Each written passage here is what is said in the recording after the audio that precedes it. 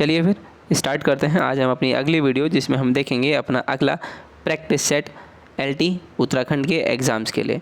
पहला क्वेश्चन है हमारा, सामान्य मनुष्य में रक्त होता है, मतलब शरीर के भार का 14%, शरीर भार का 5.7%, शरीर भार का 10% या इनमें से कोई नहीं। तो जब भी आप ह्यूमन ब्लड की बात करेंगे तो वो होता है हमारे शरीर के भार का 5 से 7% के बीच में होता है। ठीक है, तो ऑप्शन नंबर बी होगा हमारा करेक्ट। चलते हैं अगले क्वेश्चन की ओर। अगले क्वेश्चन में हमसे पूछा है, मेढक और जो हमारा खरगोश होता है, इसमें 5वीं जो क्रेनियल नर्व होती है वो कौन सी होती है? तो वो होती है हमारी कौन सी?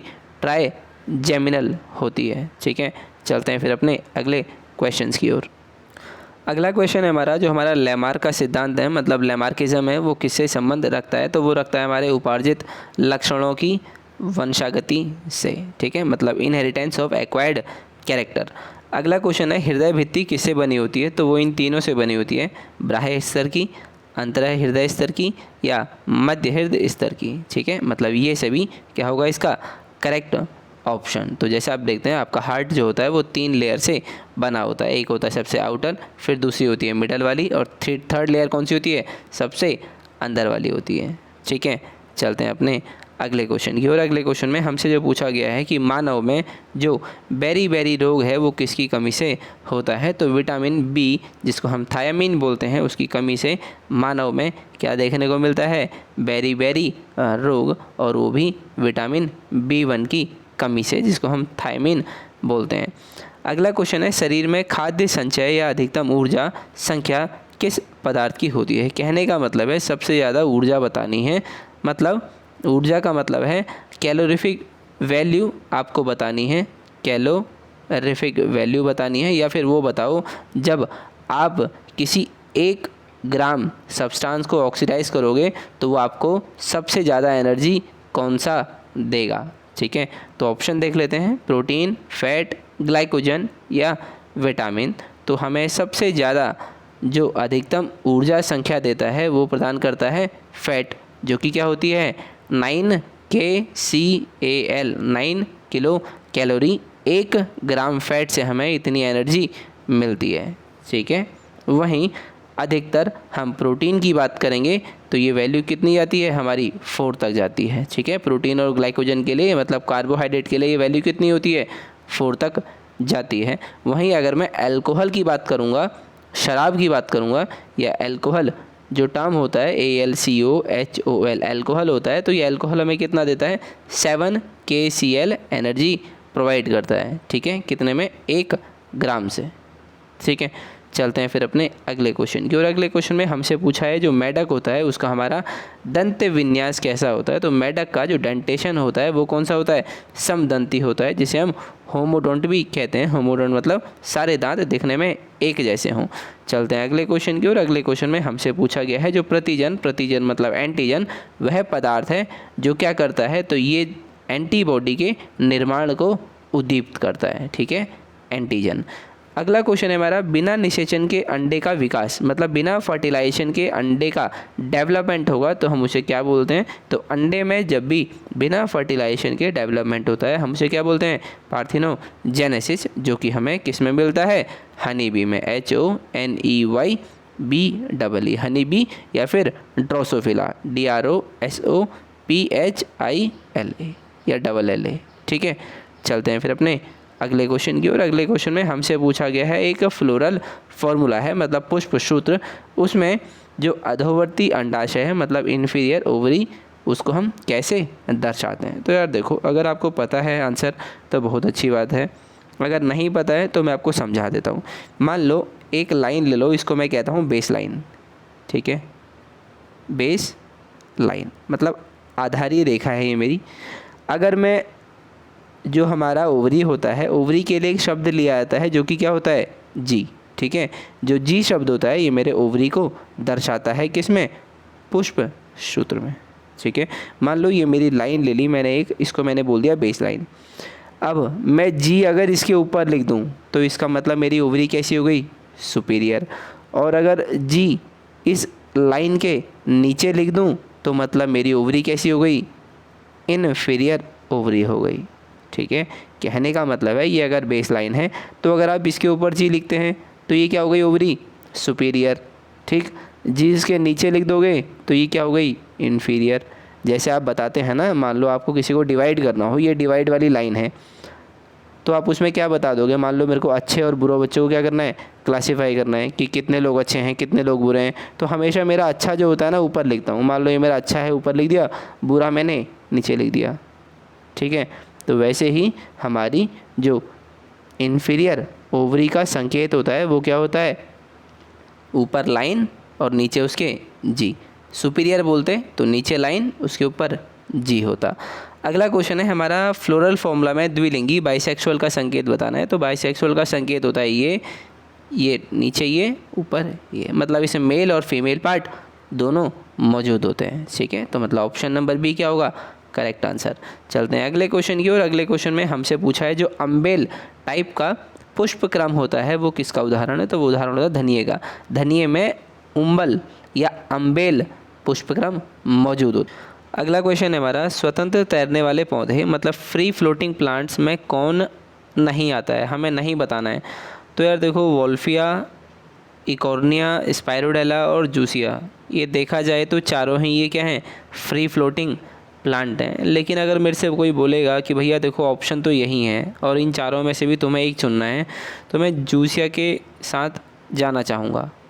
ठीक है, तो फिर चलते हैं अपने अगले क्वेश्चन की ओर। अगले क्वेश्चन में हमसे पूछा गया स्थिर तैरने वाले पौधे मतलब फिक्स्ड फ्लोटिंग प्लांट का उदाहरण नहीं है। कहने का मतलब है यार देखो, तो मैं बता देता हूँ। फ्री फ्लोटिंग का मतलब है ये कोई समुद्र वमुद्र है, ठीक है, इसमें एक प्लांट है, ये ऊपर की तरफ लगा हुआ है, मतलब समुद्री सतह पे है। इसके अगर जो तो इसके रूट जो हैं वो ऊपर ही ऊपर लेवल में है तो इसे हम बोलेंगे फ्री फ्लोटिंग प्लांट। अगर मान लो इसकी जड़ें जो हैं वो नीचे जहाँ मिट्टी रहती है उस लेवल तक गए हुए हैं और ये जड़ मिट्टी से नीचे जमी हुई है या मिट्टी में धंसी हुई है जड़ इसकी, तो हम इसको बोलते हैं फिक्स्ड फ्लोटिंग प्लांट। फिक्स्ड इसलिए क्योंकि अब ये पौधा क्या है, यहाँ इस जड़ से क्या है, जुड़ा हुआ है, अटैच है, ये थोड़ा आगे जाएगा और यहीं पर ही रुक जाएगा, मतलब एक जगह ये फिक्स्ड है। ठीक है, अगर इसकी जड़ ना जुड़ी हो तो ये क्या है, फ्री फ्लोटिंग है, मतलब इस पानी में कहीं भी जा सकता है, आगे पीछे की और कहीं पर भी।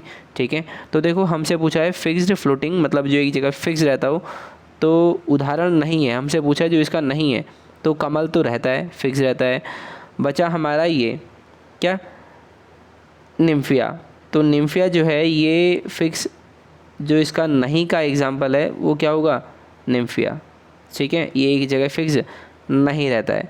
बाकी हम अगले ऑप्शन भी देख। अगला ऑप्शन है हमारा सिंघाड़ा या लेमना। तो ठीक है, हमारा ऑप्शन क्या था, वही बी वाला था। चलते हैं फिर अगले क्वेश्चन की ओर। अगले क्वेश्चन में हमसे पूछा गया है मरुद्भिद मतलब जीरोफाइट्स में कौन नहीं आता है। जीरोफाइट्स का मतलब वो प्लांट्स होते हैं जिनको अपने जीवित रहने के लिए बहुत कम क्या चाहिए होता है, पानी, या मैं बोलूँ अगर उनको बहुत कम पानी भी दें तो भी वो अपना जीवन यापन कर सकते हैं अच्छे से। ये ज़्यादातर हमको डेजर्ट में देखने को मिलते हैं। ठीक है, तो देखो ओपुन्शिया, अगेव, एलोए और टाइफा, इनमें से हमसे पूछा है एग्जाम्पल कौन सा नहीं है। ठीक है, तो हमारा जो ऑप्शन होगा वो क्या होगा भैया, देखो ओपुन्शिया तो इसमें है, ठीक है, अगेव भी डेजर्ट में मिलता है, एलोवेरा भी डेजर्ट में मिलता है, लेकिन टाइफा जो है वो इसका एग्जाम्पल नहीं वाला होगा क्योंकि हमसे पूछा है जो नहीं है। ठीक है, चलते हैं अगले क्वेश्चन में। अगले क्वेश्चन में हमसे पूछा है परजीवी पौधा बताना है। तो भैया जो परजीवी पौधा होता है ना वो हमारा कौन सा होता है, वो होता है हमारा ओरोबंकी। ओरोबैंकी ये होता है हमारा root parasite, ROOT root PARASITE। ठीक है, चलते हैं फिर अपने अगले क्वेश्चन की ओर। अगले क्वेश्चन में हमसे पूछा है जो हमारे कैम जो पौधे हैं उनमें कौन सा आता है। तो जो हमारे कैम पौधे हैं उनमें क्या आता है, हमारा जो हमारा क्या है, अनानास है, ये हमारा कैम पौधों में आता है। अगला क्वेश्चन है C3 पौधों की श्रेणी में कौन आता है, धान, बाजरा, ज्वार या फिर हमारा आलू। तो जो हमारे C3 टाइप के प्लांट्स होते हैं उसका एग्जांपल क्या है, हमारा आलू मतलब पोटैटो। चलते हैं अगले क्वेश्चन की ओर। अगले क्वेश्चन में हमसे पूछा गया है C4 पौधा कौन सा है। C4 पौधा हमको बताना है मटर, ज्वार, चना या गेहूं में से। तो जो हमारा ज्वार होता है ये क्या होता है, हमारा C4 प्लांट होता है। चलते हैं, इसको इंग्लिश में बोलते हैं सोरगम, SORGHUM,